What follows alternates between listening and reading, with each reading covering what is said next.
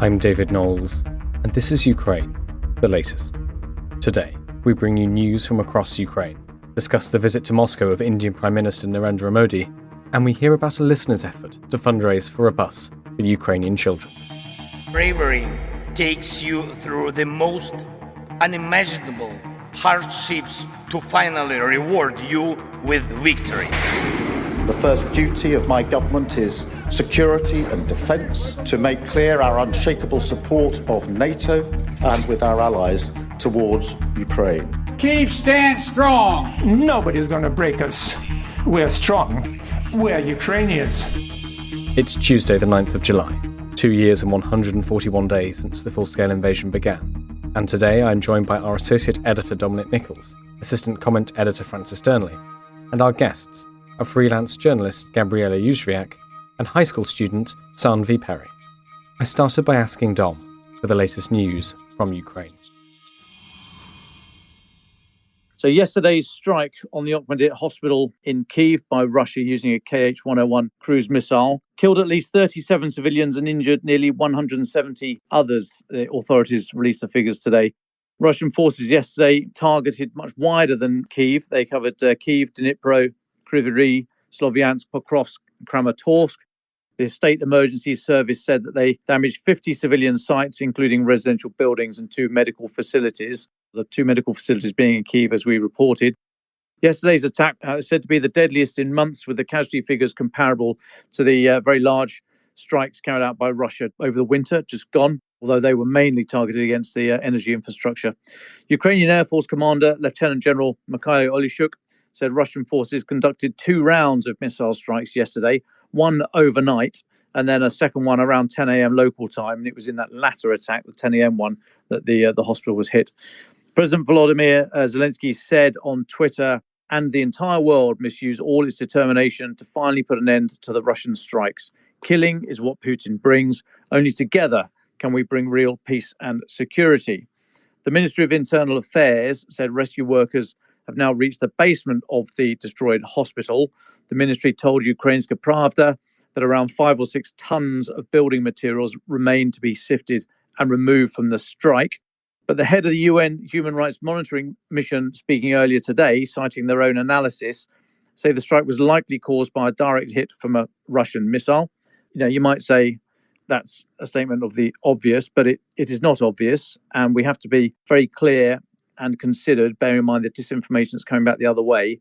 And bodies like the UN, I have an issue with the UN, as you well know, but they occasionally get it right. And when they do, they methodically go through the material to base their analysis. So if they're saying the strike was likely caused by a direct hit from a Russian missile, you know, they're not just plucking that out, they are looking at their own analysis.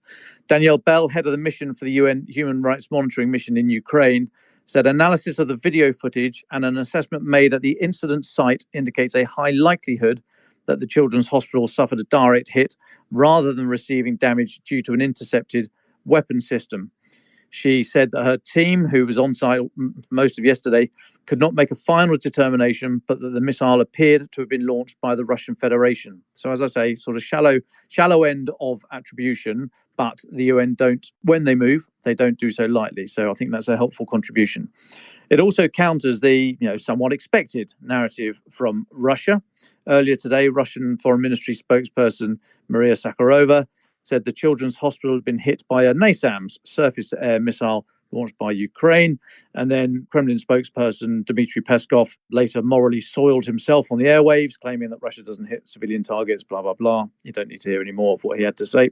Now, that follows other Russian disinformation operations aimed at deflecting blame for the strike away from Moscow, including claims that the hospital was being used to house weapons and that it was being used to treat wounded Ukrainian soldiers.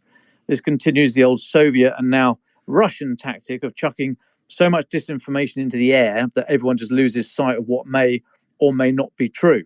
So let's stick with the central theme of what we know. Although I have to say, lads, if you're going to come up with a narrative, reaching in the first instance for the line, you thought you were only targeting Ukrainian wounded soldiers, is not the best defense, seeing as how that in itself is a war crime.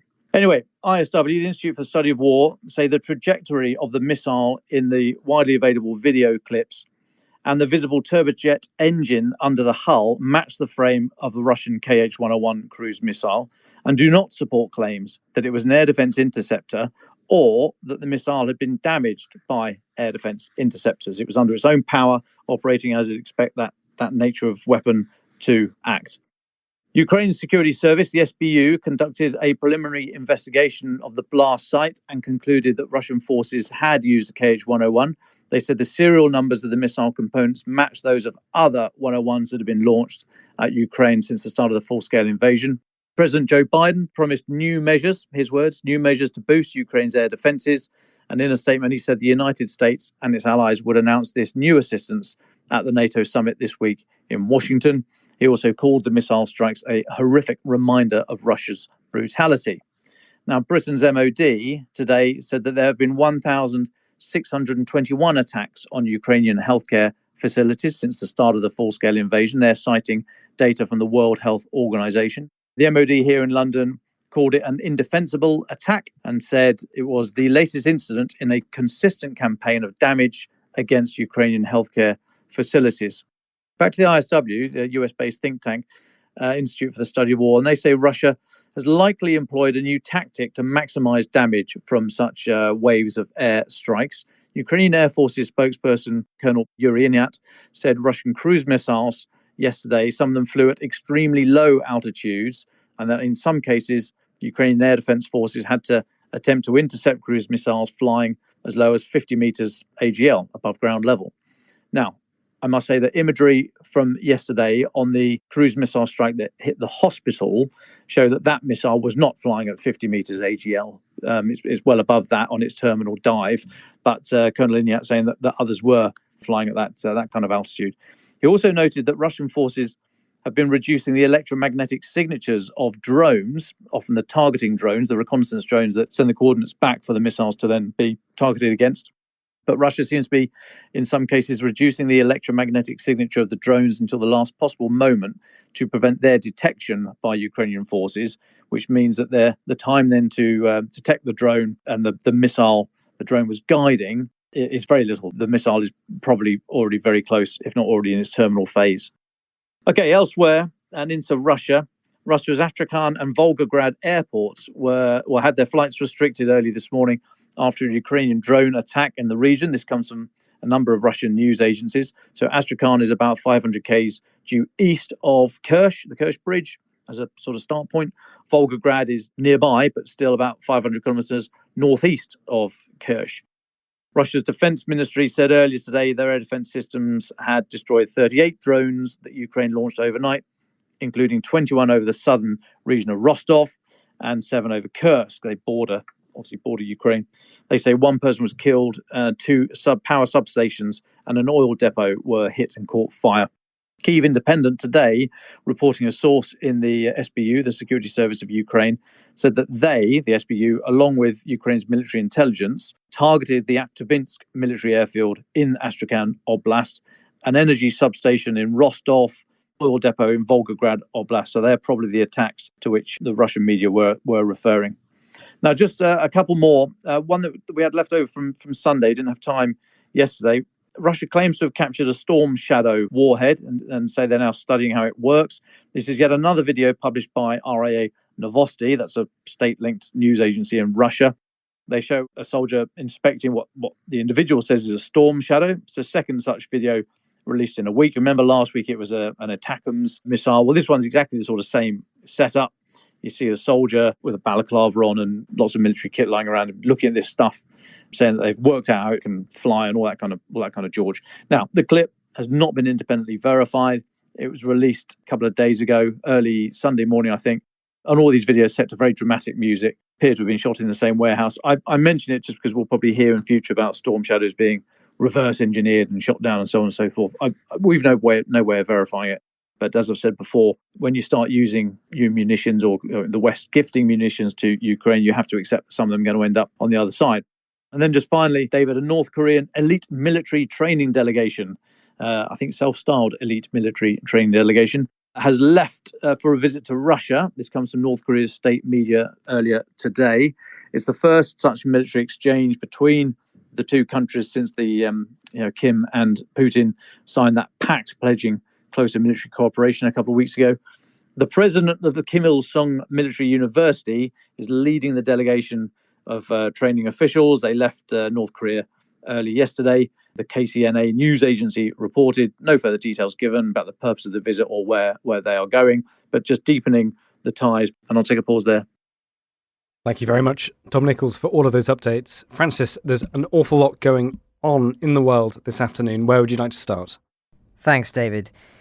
As Dom opened with yesterday, if that missile was deliberately targeting a children's hospital or any nearby civilian target, that would mean that the chair of the UN Security Council committed a flagrant war crime. Stark symbolism, if needed, of where we are over 2 years into the war in Ukraine. Now, the ramifications of that diplomatically are going to be a core focus as we begin the 3-day 75th anniversary NATO summit in Washington. The footage and testimony coming out of the horror of yesterday's attack has reignited anger among Western leaders arriving at the conference, which properly gets underway tomorrow. And we'll be hearing from our correspondents there over the coming days. But for many, that attack, as I say, and the fact that the Prime Minister of India was seen embracing Putin so shortly afterwards whilst on his trip to Moscow, speaks fundamentally to the failure of the West to both militarily and politically deter Putin. There were opportunities to do so when Putin was more of a persona non grata after the failure and shock of the full-scale invasion. But he has since been allowed back at the top table and can seemingly do what he likes in Ukraine now.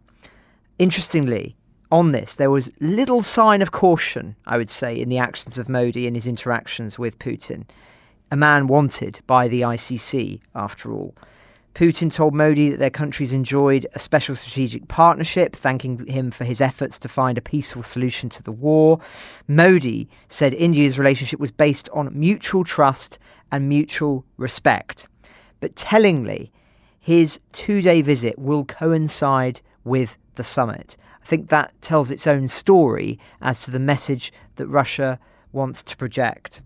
Now, Modi also said every Indian considers Russia to be India's friend in good times and bad times.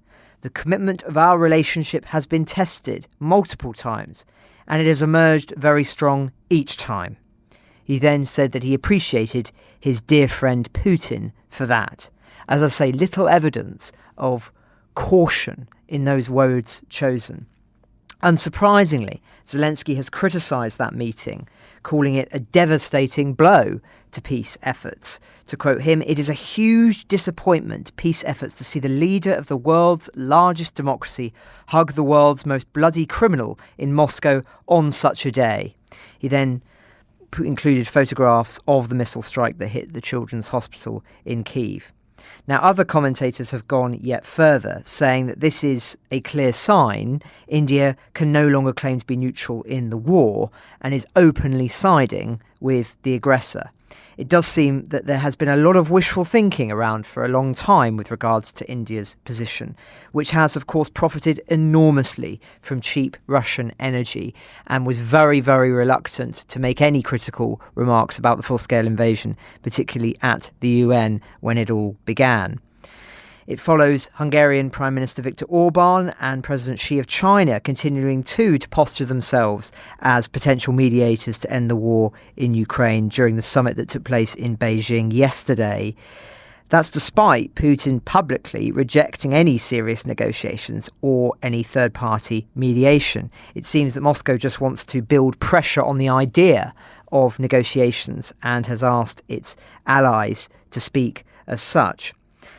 So speaking of wishful thinking, I found it quite remarkable too how many people were celebrating the election of Iran's so-called moderate president over the weekend, despite the fact that there isn't really such a thing with regards to Iran, given that it's under total control of the Ayatollah. Indeed, within hours of his election, he said he would support regional resistance movements, which is just another way of saying the terrorist groups like Hezbollah and Hamas. Similarly, the shock result over the weekend that saw Le Pen not break through in France, as was widely expected, stopped by a left-wing coalition which withdrew candidates from seats in order to ensure there was only one of their candidates against one of Le Pen's, has been greeted by many quarters with widespread celebration without really considering the consequences for Ukraine in particular. One of the groups that has been most successful in the elections, one of the far left groupings, has previously been very close to Russia and or its narratives on the war in Ukraine, just as we've seen in Germany and elsewhere with regards to the far left, something of course that is mirrored on the far right or further right too on the issue of Ukraine and interventionism. So just a warning to those who are pursuing simple narratives at the moment, whether it be in Iran, whether it be in France, whether it be in Ukraine, whether it be relating to NATO, whether it be around India. This is a really complicated international and diplomatic picture at the moment, but I think it can certainly be interpreted as a worrying one on lots of different fronts. Now, back to the conference, though, which it must be one of NATO's most significant for many decades. Beforehand, Tony Diver for The Telegraph spoke to Elbridge Colby, who is a senior Trump ally, formerly served in the Pentagon in the first Trump administration, who said in no uncertain terms that the war in Ukraine is a European problem, warning against haranguing Washington for help. He said the UK should not expect significant support from the US on Ukraine under a second Trump administration, and called for Europe to take primary responsibility for the war.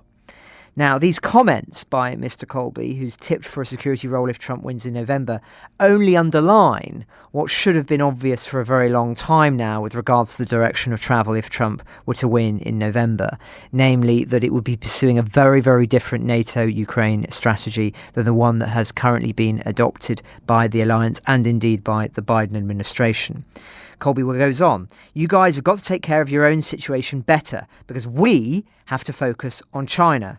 I would rather have the US dealing with a practical, hard-headed, realistic, serious, Europe-focused UK from a defence point of view than one that is intervening in the supplemental debate, pushing us to give Storm Shadow missiles and then only giving £3 billion a year. It is basically writing cheques that the American people are supposed to cash."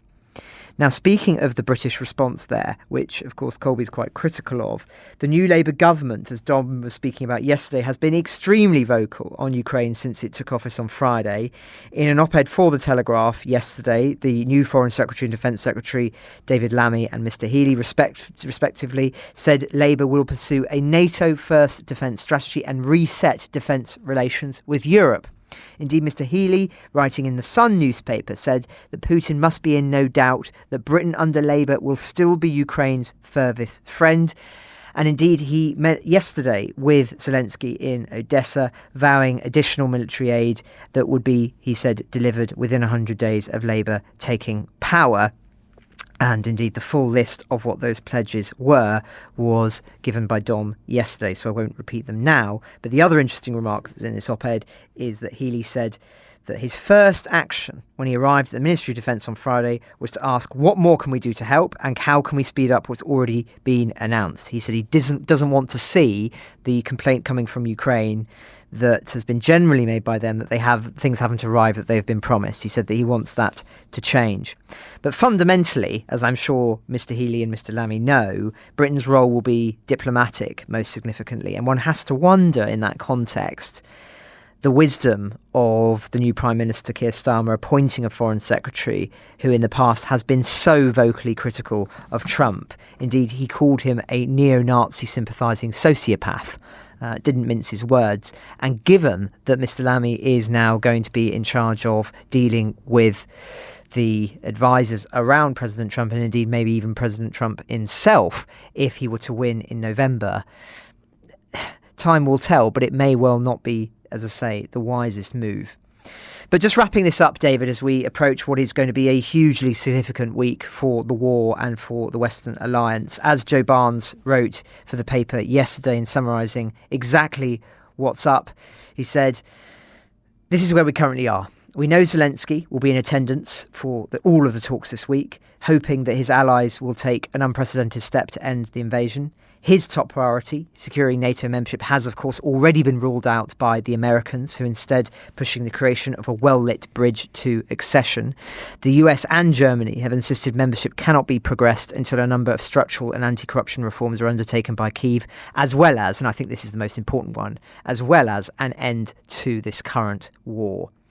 Allies are also expected to mint a one-year €40 billion pledge for ongoing military support, which is less than the initial $100 billion multi-year package first proposed by Secretary General Jens Stoltenberg earlier this year, but which would nonetheless be significant.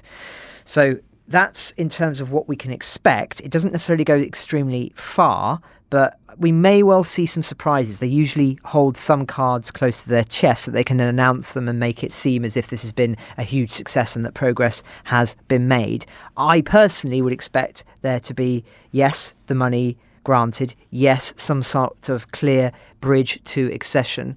I also wouldn't be surprised if there was some further talk of security guarantees for Ukraine in the case of peace or negotiations. We've talked about that a lot in the past. It seems to have gone rather quiet as a discussion issue. But of course, there will not be a war that ends with regards to Ukraine and Russia until security guarantees are in place for Kyiv, that Kyiv feels it can then sign up to and be secure, particularly if that means them having to concede some territory. So security guarantees will need another big one. But I expect a lot of warm words, expect a lot of pledges of support, I think, from the West. But can we expect anything absolutely fundamental? It doesn't appear so. But maybe, just maybe, that some twists of the dial will take place as a consequence of the horrific attack on the Children's Hospital yesterday, which is leading to such widespread condemnation. And no surprise if you've seen the photographs that have been coming out in the last 24 hours, some of the most shocking of the entire war. Thank you so much, Dom and Francis. Here at The Telegraph, we are very aware of many of our listeners' efforts to raise awareness and fundraise for charitable causes in Ukraine. Thanks to all of you for writing in and telling us what you do. Today, then, we want to dig a little bit deeper into just one of those stories and look at the challenges and the process, and most importantly, the people behind the action. Gabriela Józwiak is a freelance journalist who writes on the experience of children. Listeners will have heard her excellent reporting before on this podcast. A few weeks ago, Gabby got in touch about her own fundraising project and introduced a listener of this podcast who was helping her raise the money needed. Sanvi is just a high school student, but she's already done so much to help young people in Ukraine. I called Gabby and Sanvi to hear their story. Gabby, would you just talk to us a little bit about some of the work you've been doing and about this story? Yeah, so I have been on the show before talking about how listeners have been getting in touch with me over the past couple of years after I've been on the show talking about children in Ukraine. Really well-wishing listeners who want to help, basically.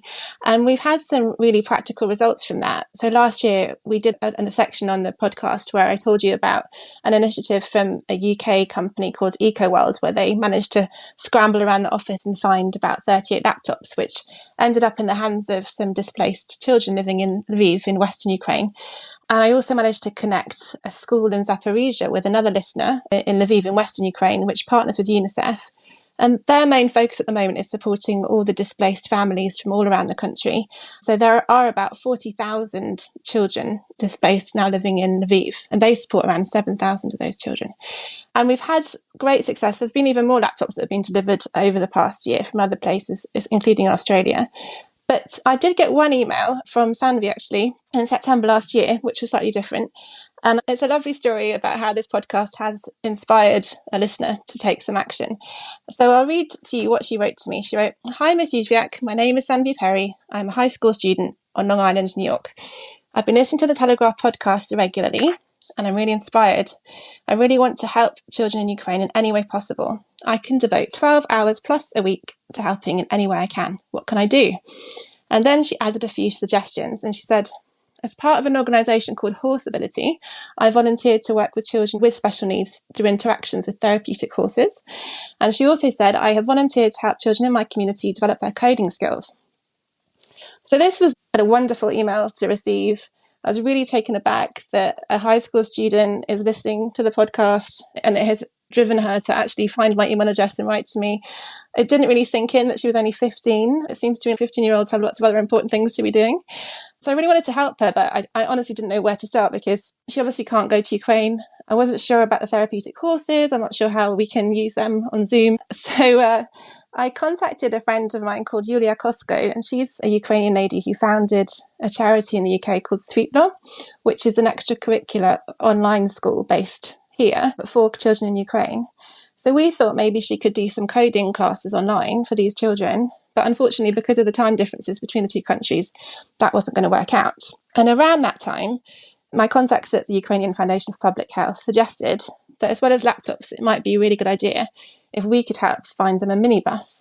And this is a slightly more out there request. It's not the kind of thing you have lying around the house. But the reasons for needing this bus are really important. So they basically said they need transport to move children from accommodation to new accommodation. They need transport to take children to medical appointments or special education needs appointments. They need to take children to nice activities or summer camps. They also need something to transport around aid and also for their own members of staff to be moving around. And they told me that they have one car which keeps breaking down. And the other point to make is, now I was thinking, surely they can get a bus. I mean, they're connected with the regional authority. They should be able to source something from Ukraine. But they told me that really at the moment, all the funding is going to the military. And that has to be the priority. So when people are looking for transport, it has to go to the military first, to the front lines. So yeah, I thought, okay, let's give it a shot. Let's see if we can fundraise for a minibus. Maybe it's going to be straightforward. But I thought, here is an idea. Maybe Sanvi can help me. We can forge a kind of transatlantic partnership, fundraise in the UK and in the US and see where we get. What a fantastic story. Sanvi, can I ask then, what first made you want to get in touch with Gabby? We've heard the email you sent, but what drove you to that? Yeah, so actually the podcast has been my main source of information about the war. So I actually started tuning in after my family members who listen to the podcast regularly highly recommended it to me. So the podcast really opened my eyes about what was going on in Ukraine.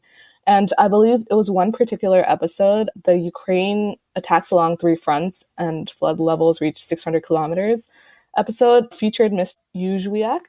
And I was really inspired by the work that she was doing. So I emailed her asking if there was any way that I could help. And she responded very quickly and very enthusiastically. So after she offered me the opportunity to help her get a minibus to transport Ukrainian children to safer areas, and I was very interested in being a part of this initiative. How do your friends and family react when you tell them about your fundraising and about you raising money for Ukraine? What do they say? They were actually very supportive of my decision, and many of them have actually donated themselves to the fundraiser or helped spread the word to donate. And it further motivated me to continue my fundraising efforts. Well, let's talk about the fundraising. How far have you got, and what have you actually been doing to fundraise for this minivan? Yeah, so one thing I've been doing is designing these leaflets. And so I attended these local Ukrainian and Polish festivals, and I distributed these leaflets. So after some brainstorming, Ms. Joswiak and I decided to set up two different GoFundMe pages, one for Europe and one for the US. So yeah, the sites include some information about the situation in Ukraine and how the minibus will help the children there. I've also been writing an article for my local library newsletter. So I actually just finished my first draft, and it's to encourage people in my community to donate towards the cause. And the article is about an interview that I conducted with three Ukrainian teenagers from Lviv. Can you tell us a little bit more about these teenagers? So they're in Lviv. How did you talk to them? What did they tell you? Yeah, so we talked about our hobbies, our favorite foods. some of our favorite school subjects and cultural traditions, as well as the challenges that they might be facing and their hopes for the future. And it gave me a deeper understanding of the impact of war on their lives. And I'm actually still in contact with Andriy via WhatsApp today. Oh, that's lovely. Did anything surprise you about what they said? Yeah, so I was very surprised at how they're normal children. So Andrei loves playing football. He loves spending time with his family and helping raise money for soldiers. Alessia is really passionate about photography. And Sophia, she loves singing and painting and volunteering. So yeah, it was really great. It was really nice in the conversation. If I can just jump in, I thought how much you had in common when you started talking about the kind of books you read, like Harry Potter, or the films you're watching. There was this big crossover and interest in Marvel characters. It's always surprising, isn't it, when someone's so far away, how close you can actually be. When you finished the interview, what kind of impression did it leave on you? What emotions were you feeling moving away from it? I can just say I was really surprised at how much we had in common, like Ms. Yujiak said. And it just gave me a better understanding of how war has impacted their lives, but how still they're normal people. Gabby, I don't know if you want to jump in there, because Sanvi's being very modest about her own contribution as well. To be honest, I learned a lot from that interview, because this is more from a journalistic perspective, but I think as journalists, we tend to try and jump in and find out what is the worst thing that's going on. And for me, it was really refreshing to spend an hour with young people just hearing about the fun stuff they're doing. The whole conversation was very joyful. And I'd say 80% of the time you were talking to people where you wouldn't have known that they were living in a war zone. There would just be the odd kind of thing here and there. I can't remember which girl it was, but one of them was describing how she really missed a particular kind of food that she can't buy in Western Ukraine, where she's now living, because she comes from the East. And that particular dish isn't available, and that's what she would really like to have again when she can go back home. So, yeah, it's incredible how young people can get above all the darkness and the terrible things that are happening around them every day. And these little things are what continue to be important to them, which is really what a child's life is like. It should be a smaller bubble, a kind of microcosm in your home, and you're not thinking about in sort of wars between countries and global problems. Sanvi, was there any aspect of American culture that they were particularly interested in that you had to explain? Honestly, I was surprised at how much they knew. So Andriy, actually, his favorite movie is Avengers. And I was like, wow, okay. So I feel like they knew a lot about American culture already. I think it was interesting when you were talking about your celebrations and you were telling them about Halloween. Oh, yes. And they said that they do that a little bit there, don't they? But it's not quite the same. And about the holidays, we actually celebrate them in different ways. So Andriy, Sophia, and I all think Christmas is our favorite holiday, but we all celebrate it in different ways. So that was super cool. That's brilliant. And Gabby, from your perspective, the fundraising, how have you seen Sanvi's participation and enthusiasm? Well, I have to say that by far the biggest donor to her fundraiser has been Sanvi herself. And she's also being very modest in not telling you that one day $800 appeared in the fund. And I asked her, what was this about? And she told me that she had just had her 16th birthday. And I wasn't really aware of this tradition, but in America, they have the Sweet 16 and it's a really big deal. And they have big parties. And Sanvi had donated basically all the money that she got for her birthday to the bus, which was heart in throat quite a moment for me. I couldn't really believe that somebody was doing such a big gesture.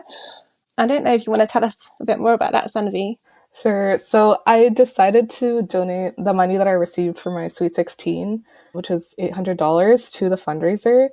I just felt like it was the right thing to do because I knew that the money could probably make a significant difference in the lives of Ukrainian children.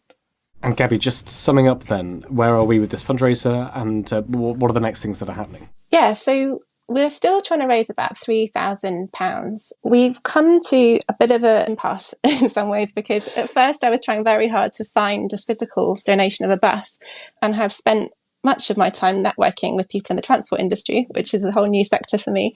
There is an amazing number of people in the UK who really want to help people in Ukraine. So, for example, I need to say thank you to Paul Sainthouse, the managing director of Dawson Group, Bus and Coach Company, who hooked me up with the Community Transport Association, and they put an appeal out to all of their members here. He also invited me to come to an all-party parliamentary group meeting for the road passenger transport industry, where I met a few lords who are also backing this appeal. He's put me in touch with a great organisation called the Swindon Humanitarian Aid Partnership, which has already sent several buses out to Ukraine. But the problem we found now is that, according to Ukrainian law, we have right-hand drives in the UK. A right-hand drive donated bus can only go to the military in Ukraine. A left-hand drive bus can only be used for civilians. So we're having to perhaps move on from the donated bus idea, focusing on the fundraiser. We've identified a bus in France, which the charity can purchase. So we're just £3,000 short. And once we've got that, we can transfer all the money over to the foundation and they can buy the bus. And then all the children will have a huge welcome the bus day ceremony and we'll be very happy. That's brilliant. Sanvi, how does that make you feel to know that you contributed so much towards this? It makes me feel really, really great, honestly. The experience has really taught me the value of empathy and compassion and the impact that one person can have and how powerful individual actions can be in making a difference. No matter who you are, you can make a difference. Sanvi and Gabby, is there anything we haven't spoken about that you would want to mention? I would just like to say that every child really deserves a happy childhood. And if anybody would like to donate, you can please find the GoFundMe link in the description. And just thank you, David and Miss Ujuyak, for this opportunity. Well, thank you, Sanvi. I mean, it's come from you, so well done. Sanvi and Gabby, thank you so much for your time.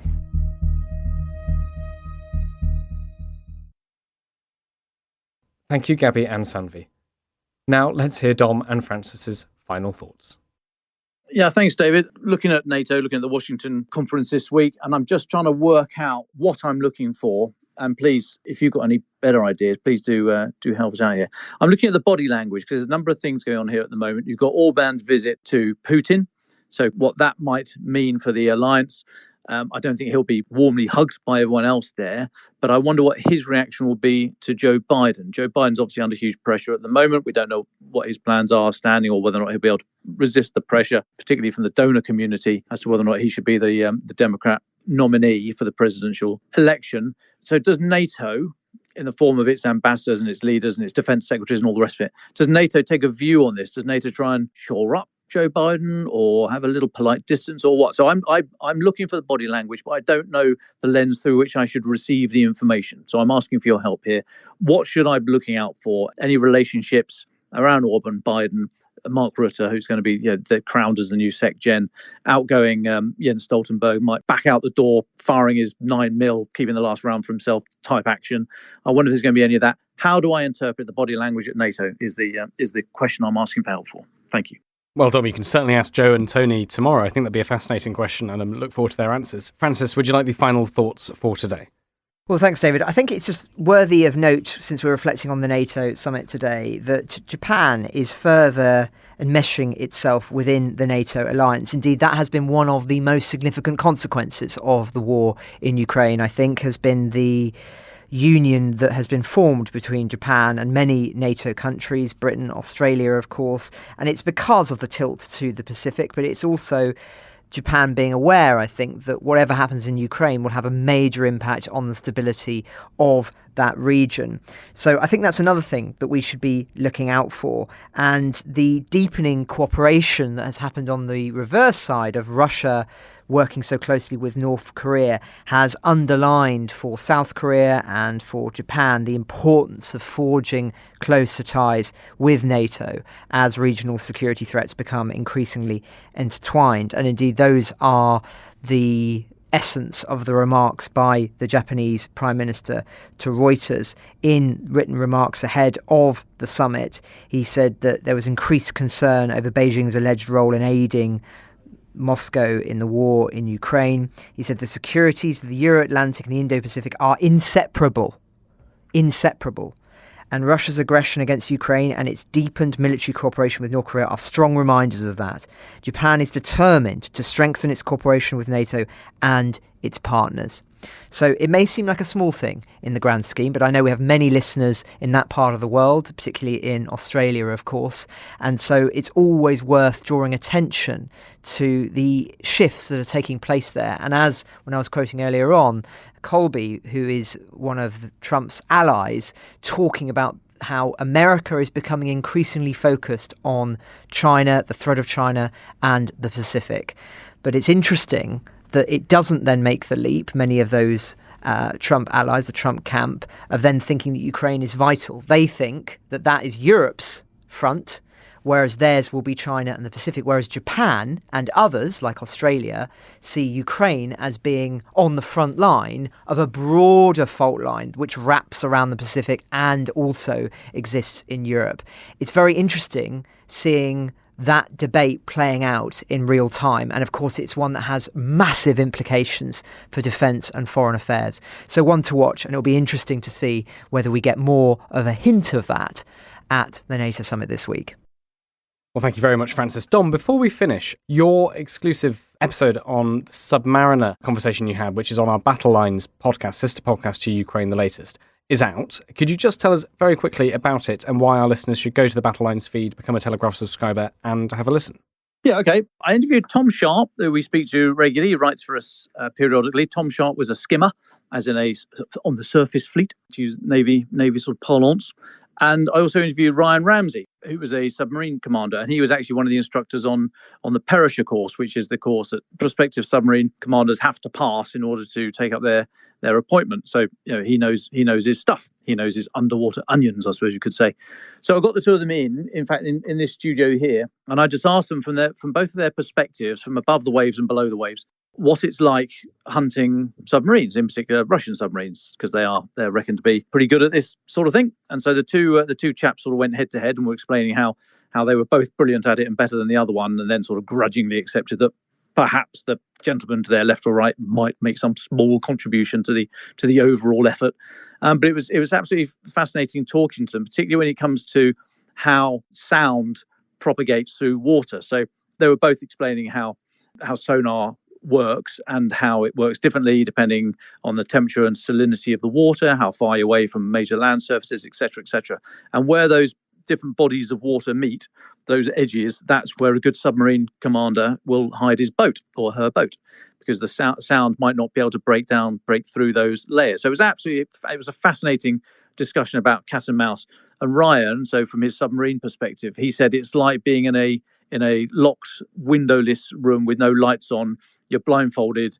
The other person's in there. You've each got a knife, and you've got to walk around trying to find the other person and kill them before they kill you. It was a fascinating talk about how to hunt submarines and the various challenges of being on and above the waves. But a fascinating chat. Then I do recommend it. Ukraine the Latest is an original podcast from The Telegraph. To stay on top of all of our Ukraine news, analysis and dispatches from the ground, subscribe to The Telegraph. You can get your first 3 months for just £1 at www.telegraph.co.uk/Ukraine the Latest. Or sign up to Dispatches, our Ukraine newsletter, which brings stories from our award-winning foreign correspondents straight to your inbox. We also have a Ukraine live blog on our website where you can follow updates as they come in throughout the day, including insights from regular contributors to this podcast. You can listen to this conversation live at 1 p.m. each weekday on Twitter Spaces. Follow The Telegraph on Twitter so you don't miss it. To our listeners on YouTube, please note that due to issues beyond our control, there is sometimes a delay between broadcast and upload, so if you want to hear Ukraine the Latest as soon as it is released, do refer to podcast apps. If you enjoyed this podcast, please consider following Ukraine the Latest on your preferred podcast app. And if you have a moment, leave a review, as it helps others find the show. You can also get in touch directly to ask questions or give comments by emailing ukrainepod@telegraph.co.uk. We do read every message. And you can contact us directly on Twitter. You can find our Twitter handles in the description for this episode. Ukraine the Latest is produced by Louisa Wells and Giles Gear.